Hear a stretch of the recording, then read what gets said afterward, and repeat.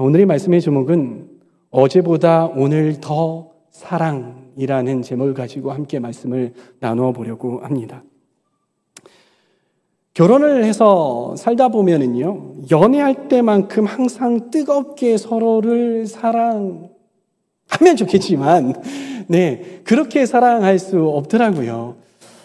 제가 제 아내를 얼마만큼 사랑했냐면, 길 가다가 지하철에서 구급차를 불러서 응급실에 실려갈 정도로 제 아내를 사랑했습니다.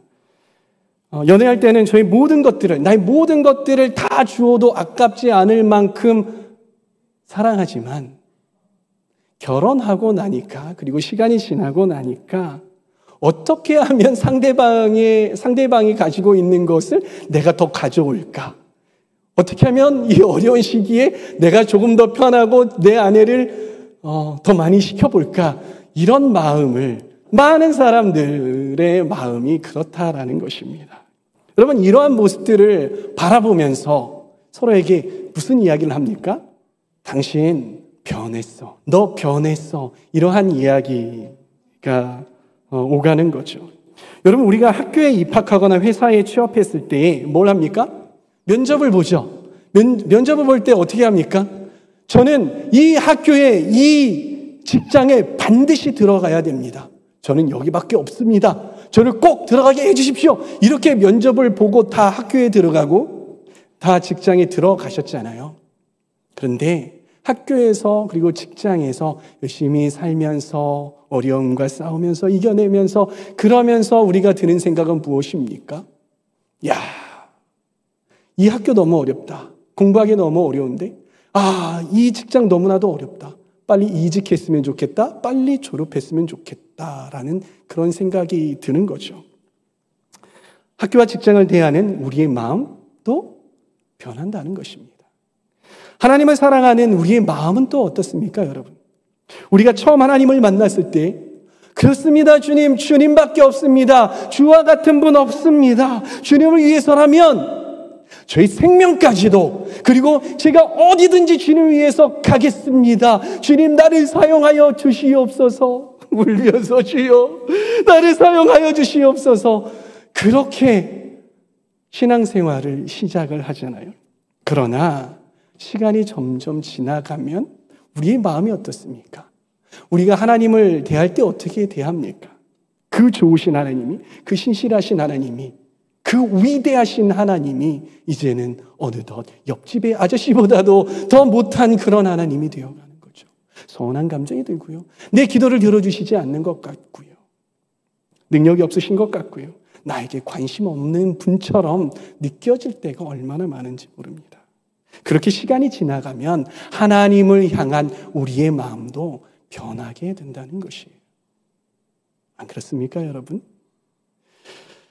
1994년에 나온 영화가 있습니다.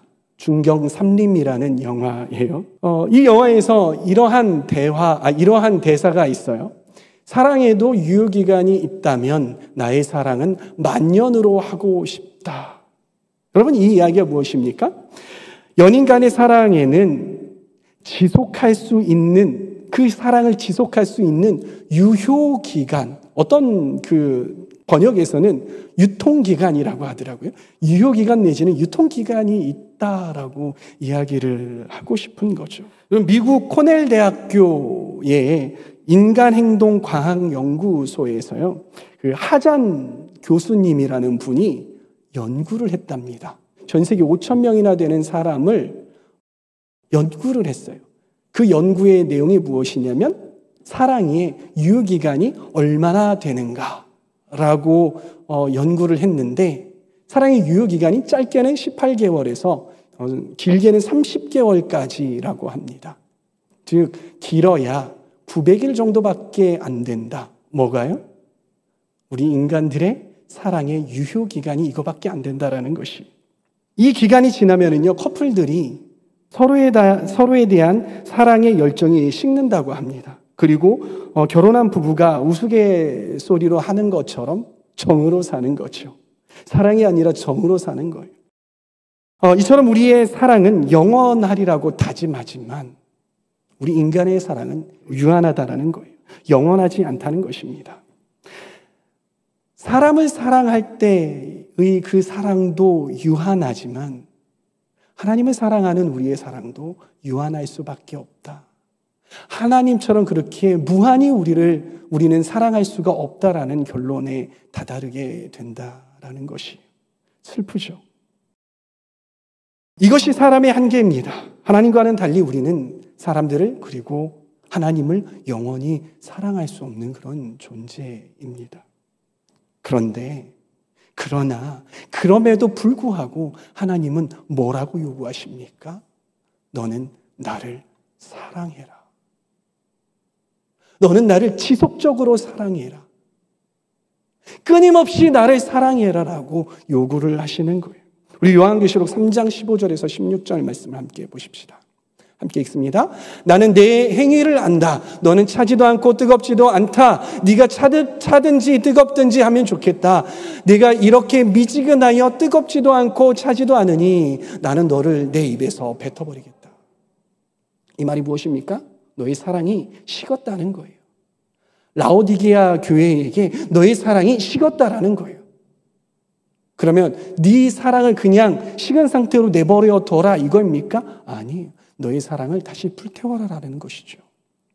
우리 신명기 6장 5절 말씀 우리가 본문으로 읽었던 말씀이죠. 함께 읽습니다. 당신들은 마음을 다하고 뜻을 다하고 힘을 다하여 주 당신들의 하나님을 사랑하십시오. 이렇게 하나님은 우리에게 사랑을 요구하십니다. 지속적인 사랑을 요구하세요. 우리의 사랑이 식어지는 것, 우리의 사랑이 꺼져가는 것, 그것을 주님께서 용납하시지 않으시겠다라는 것입니다. 유한한 사랑을 할 수밖에 없는 우리는 어떻게 하면 하나님을 계속해서 지속적으로 사랑할 수 있을까요, 여러분? 가능한 일일까요? 신명기의 저자, 즉 모세는 하나님을 사랑하라라는 이 말을요 하기 전에 굉장히 독특한 말을 합니다. 우리 신명기 6장 4절 말씀을 함께 봅시다. 이스라엘은 들으십시오. 주님은 우리의 하나님이시요 주님은 오직 한 분뿐이십니다. 세 개의 문장이 나왔어요. 여러분들 특이하게 느껴지는 게 있으십니까? 저는 무엇을 특이하게 봤냐면 마지막 문장이에요. 주님은 오직 한 분뿐이십니다. 사랑하는 청년 여러분, 생각을 해보십시오. 하나님은 오직 한 분뿐이시라는 것과 하나님을 사랑해라라는 것, 이것이 도대체 무슨 관계가 있습니까? 도대체 무슨 관계가 있길래 하나님은 오직 한 분뿐이시라는데 한 분뿐이신데 당신들은 하나님을 사랑하십시오라는 이 말이 왜 나오는 걸까요? 모세가 그때 언어를 히브리어를 잘 몰라서 이렇게 했던 걸까요? 이런 이야기를 했던 걸까요? 여러분, 연애를 잘 하다가 왜 헤어질까요? 여러 가지 이유가 있어요. 그런데 그 속을 들어가서 본질적으로 생각을 해보면은요, 남녀가 헤어지는 이유는 그 사람 말고 더 나은 대안이 있다고 믿기 때문에 헤어지는 겁니다. 남녀가 만나서 결혼을 하는 가장 큰 이유가 무엇인 줄 아십니까? 그것은 이 사람 말고는 다른 대안이 없다고 느끼기 때문인 거예요. 다시 말하면 제 아내도 그랬거든요. 당신처럼 나를 사랑해 줄 수 있는 사람은 세상에 없는 것 같아. 이 생각이 들 때 결혼을 하는 겁니다. 내 대체가 가능한 사람이 생겨나게 되면 관계가 깨지게 되는 거예요. 제가 왜 이런 이야기를 할까요? 이스라엘 백성이 하나님을 거부하고 하나님을 떠났을 때 여전히 함께 수반되었던 현상이 있었습니다. 그게 무엇인지 아십니까, 여러분? 그것은 바로 우상숭배예요. 우상숭배라는 거예요. 여러분, 우상숭배가 무엇입니까? 나의 기도를 들어주고 나를 지켜주고 그리고 나를 형통하게 할 대상이 하나님 말고 다른 존재가 있다라고 믿는 것, 이게 우상숭배라는 거예요. 즉 하나님을 유일하신 하나님, 그러니까 only God이 아니라 많은 신들 중에 한 분, 그러니까 also God으로 여길 때에 이 우상 숭배가 생겨나게 된다는 것입니다. 하나님을 also God, 그러니까 대체 가능한 분으로 생각할 때 우리는 하나님을 온전히 사랑하지 못하게 되는 것이. 사랑하는 청년 여러분, 여러분들에게 있어서 하나님은 only God이십니까? 아니면 also God이십니까? 우리 말씀 본문에 세 가지 단어가 등장합니다. 마음과 뜻과 힘을 다하여 하나님을 사랑하라고 나오죠. 이 세 단어 모두 함께 쓰인 곳, 이 세 단어가 함께 나타나는 곳이요, 총 4번 나타납니다. 2번은 구약에 나타나고요, 2번은 신약에 나타나요. 이 마음과 뜻과 힘을 다해서 하나님을 사랑한다라는 뜻이 무엇일까요, 여러분? 이 마음은요, 이 히브리어로 하면은 무엇이냐면 신체의 내장기관을 뜻하는 거예요. 뭐라고요? 내장기관이. 그래서 유대인들은요, 이곳에서 사람의 생각과 사람의 의지와 그리고 사람의 계획 등이 결정된다고 믿었어요. 그래서 마음을 다해 하나님을 사랑한다는 말은 우리의 모든 생각과 의지와 그리고 느낌까지 다 해서 하나님을 사랑하라라는 말인 거예요. 자, 다음 단어는 뜻이에요. 뜻은 무엇이냐면 생명을 뜻해요. 누가복음 10장 27절에 보면은요, 이 뜻이라는 단어를 무엇으로 번역을 해놨냐면요, 목숨이라고 번역을 해놨어요. 그래서 여러분 누가복음 10장 27절에서 여러분 이렇게 보시면은 마음과 목숨과 힘을 다해 이렇게 이야기가 되고 있어요. 유대인들은요, 이 뜻에서 사람의 감정과 열정과 욕구와 그리고 인격들이 나온다고 믿었어요. 그래서 뜻을 다해 하나님을 사랑하라라는 말은요, 모든 열정과 모든 욕구와 이런 모든 것들을 통해서 모든 것들을 다해서 하나님을 사랑하라라는 말이 된다라는 거예요. 그리고 마지막 단어는 무엇이에요? 힘입니다. 힘이라는 단어는요, 이 부사거든요. 다른 성경에서, 다른 그 구절에서 뭐라고 번역이 되냐면요, 이 힘이라는 단어는요, 매우, 많이 라는 뜻으로 번역을 해요. 그래서 이 힘을 다해라는 말은 우리가 얼마나 많이 하나님을 사랑해야 하는가, 얼마나 하나님을 사랑해야 하는가를 우리에게 알려주고 있는 거예요. 즉, 우리는 어떻게 하나님을 사랑해야 된다고요? 매우 많이 하나님을 사랑해야 한다는 것이에요. 그래서 이 마음과 뜻과 힘을 다해 하나님을 사랑하라라는 말을 종합을 해보면은요, 모든 생각과 의지와 느낌과 감정과 열정과 욕구와 생명을 동원해서 매우 많이 하나님을 사랑하라라는 말이 되는 거예요. 다시 말해서 모든 것을 다해 전적으로 매우 많이 하나님을 사랑하라는 말입니다.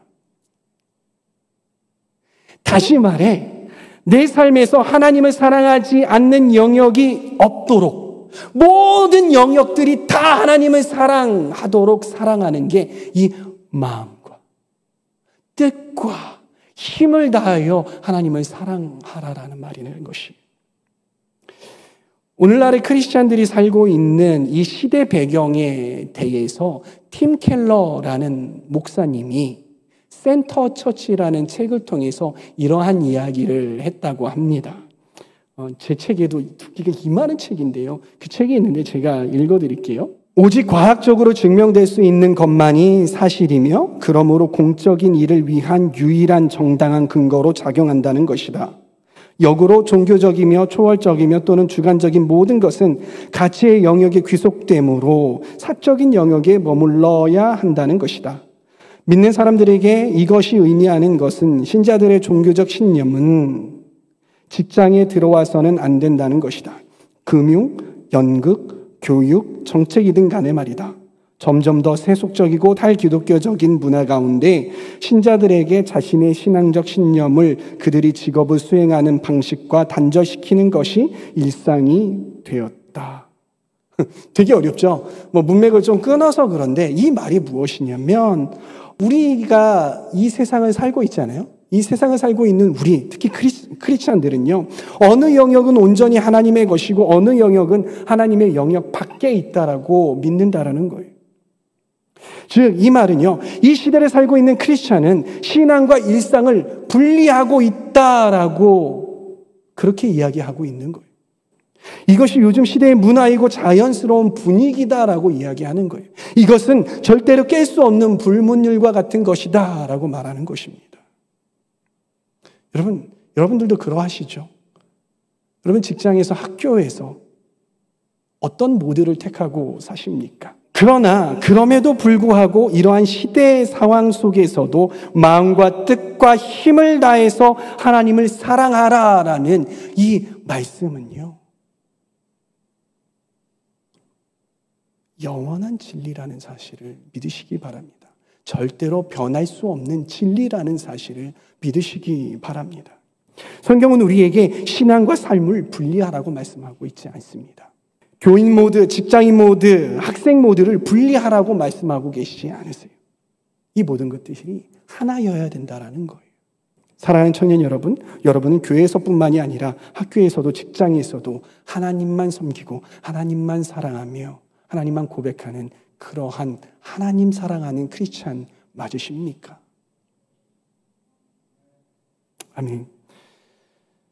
여러분, 튼튼한 칼을 만들려면요, 쇠를 불로 달구어서 막 두들깁니다. 막 두들겨요. 그리고 그 뜨거운 쇠를요, 다시 찬물에 픽 넣어가지고 식힙니다. 그러한 과정을 계속 반복하는 거예요. 달궈서 두들기고 물에다가 달아서 쿵쿵쿵쿵 두들기고 또 물에다가 또 두들기고 달구고 두들기고 계속 이 과정을 계속합니다. 이런 과정이 계속 반복되면 반복될수록 그 칼은 강한 칼이 되는 거예요. 튼튼한 칼이 되는 것입니다. 어떤 사람은 이 뜨거운 쇠를 식혀버리는 이 과정이 불필요하다고 생각하겠지만 이 식어지는 과정은 반드시 필요한 과정입니다. 여러분, 우리 신앙도 마찬가지 아니겠습니까? 때로는 우리의 신앙이 막 불로 달군 것처럼 막 뜨거울 때가 있잖아요. 불러 하면서 막 뜨겁게 기도하고 틈만 나면 기도하러 들어가고 틈만 나면 말씀 보고 기도하는데도 정말 이렇게 기도해가면서 막 주여 불러가면서 아주 유난을 떨 때가 있잖아요. 근데 그 과정 다음에 꼭 수반되는 단계가 있습니다. 식어지는 과정인 거죠. 그 뜨거운 신앙이 식어지는 그러한 과정이, 그 시간이 상당히 중요하다는 사실 여러분 아십니까? 뜨겁기만 한 신앙인은요, 나중에 어려움이 만났을 때 금방 풀썩 넘어집니다. 여러분, 예수님의 제자 중에서 가장 뜨거웠던 사람이 누구였습니까? 맞아요, 베드로였어요. 베드로 풀썩 넘어져 버렸어요. 뜨겁기만 한 신앙인은요, 너무나도 쉽게 넘어진다라는 거예요. 그러나 이런 식어지는 과정, 생각해야 하는 과정, 신앙의 의미에 대해서 깊게 고찰해보고 정말 싸워 이겨내야 하는 그런 과정을 겪은 사람은요, 쉽게 넘어지지 않습니다. 그렇게 우리는 뜨거운 시간뿐만이 아니라 뜨거움이 식어지고 깊게 생각해야 하는 그런 시간을 퇴보라고 생각하시면 안 되는 거예요. 인생의 하얀 곡선을, 내 신앙생활에 하얀 곡선을 그리고 있다라고 생각하시면 안 된다라는 거예요. 하나님을 향한 우리의 사랑을요, 그래프로 그린다면요, 좀 작지만 저런 그래프가 나오지 않을까. 그래프가 아래로 내려가는 그런 구간들이 있죠. 그렇지만 전체적으로 봤을 때 어떻습니까? 이 그래프가 내려가고 있습니까? 올라가고 있습니까? 그렇죠. 올라가고 있는 거예요. 우리 신앙생활 가운데 때로는 우리의 신앙이 이렇게 떨어지고 있지. 너무 힘들다. 하얀 곡선을 그리네. 그럴 때에도 우리의 신앙은 더욱더 깊어지고 하나님을 향한 우리의 사랑이 더욱더 커진다라는 사실 믿으시기 바랍니다. 우리의 하나님 사랑이 형편없다고 느낄 때가 있습니다. 그러나 그때에도 우리가 하나님을 사랑하기로 결정하고 고백하며 나아간다면 하나님 우리가 하나님을 더 사랑하는 사람으로 빚으실 거예요. 그래서 우리는 어제보다 오늘 그리고 오늘보다 내일 하나님을 더욱더 사랑하는 사람이 될 것입니다. 여러분 이것을 보고 신학적인 용어로 성도의 견인이라고 하는 것이에요. 여러분 앞서 제가 이야기했던 베드로는 어떤 사람이었습니까? 베드로는 예수님을 모른다고 몇 번 부인했습니까? 한 번도 아니고 두 번도 아니고 세 번씩이나 부인했던 그런 무지막지한 사람이 베드로였어요. 그런 베드로에게 예수님 어떻게 대하셨습니까? 베드로를 찾아가셨죠. 그리고 예수님께서 뭐라고 말씀하시나요? 베드로야, 너 날 사랑하느냐? 베드로야, 너 날 사랑하느냐? 베드로야, 너 날 사랑하느냐? 이렇게 세 번씩이나 베드로에게 물어보셨어요. 왜 예수님은 베드로에게 너 날 사랑하느냐라고 세 번씩이나 물으셨을까요? 혹자는 그렇게 이야기합니다. 앞에서 한 두 번의 넌 날 사랑하느냐 사랑은 아가파오라고 썼고 뒤에는 필레아라고 써서 그렇다. 그럴 수도 있어요. 그런데 하나님께서 저에게 감동을 주셨던 것은 무엇이냐면, 말씀 함께 좀 읽어봅시다. 말씀 함께 읽어보면 요한복음 21장 15절에서 17절까지의 말씀. 15절은 자매님들이 읽고 16절은 형제님들이 읽고 17절은 다 같이 읽는 거로 합시다. 시작!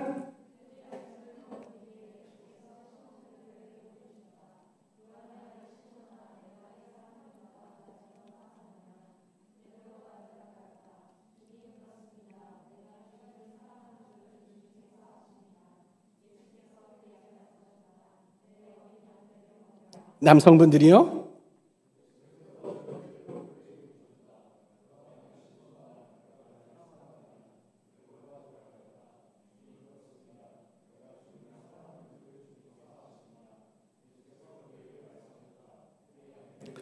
다 같이요. 예수께서 세 번째로 물으셨다. 요한의 아들 시몬아, 네가 나를 사랑하느냐? 그때 베드로는 예수께서 네가 나를 사랑하느냐 하고 세 번이나 물으심으로 불안해서 주님께서는 모든 것을 아십니다. 그러므로 내가 주님을 사랑하는 줄을 주님께서 아십니다 하고 대답하였다. 예수께서 그에게 말씀하셨다. 내 양떼를 먹여라. 여러분 이 말씀에서 뭔가 패턴이 나오지 않습니까? 너 날 사랑하느냐? 내 양떼를 먹여라. 너 날 사랑하느냐? 내 양떼를 먹여라. 너 날 사랑하느냐? 내 양떼를 먹여라. 예수님은 자신을 모른다고 세 번이나 부인하면서 패배감에 휩싸인 베드로가 그 사랑을 회복할 수 있는 질문을 세 번을 던지시는 거예요. 넌 날 사랑하느냐? 넌 날 사랑하느냐? 넌 날 사랑하느냐? 베드로는 그렇게 예수님 사랑을 회복할 수 있는 그러한 기회를 세 번이나 가졌어요. 그리고 예수님은 그에게 또 세 번을 뭐라고 말씀하고 계십니까? 양을 먹여라. 양을 먹여라. 양을 먹여라. 즉 사명도 회복시켜 주시는 기회 세 번을 주셨다라는 거예요. 아마 베드로가 예수님을 10번 부인했더라면 예수님은 10번 베드로에게 너 날 사랑하느냐? 너 날 사랑하느냐? 너 날 사랑하느냐? 10번이나 물으셨을 거예요. 그리고 10번이나 내 양을 먹이라, 내 양을 먹이라, 내 양을 먹이라, 내 양을 먹이라, 내 양을 먹이라라고 말씀하셨을 거라는 거예요. 이 말씀이 우리에게 던져주고 있는 바가 무엇입니까? 우리가 실패할지라도 주님은 그때마다 우리에게 찾아오셔서 하나님을 향한 사랑, 무너졌던 하나님을 향한 사랑을 회복할 기회를 주신다라는 것입니다. 주신다라는 것이. 사랑하는 청년 여러분, 혹시 여러분 중에 베드로처럼 하나님 사랑이 실패했다고 생각하시는 분 계시지는 않습니까? 주님은 이 시간에 여러분에게 실패한 만큼 물으십니다. 사랑하는 아무개야, 넌 날 사랑하느냐? 그리고 또 말씀하십니다. 내 양을 먹이라.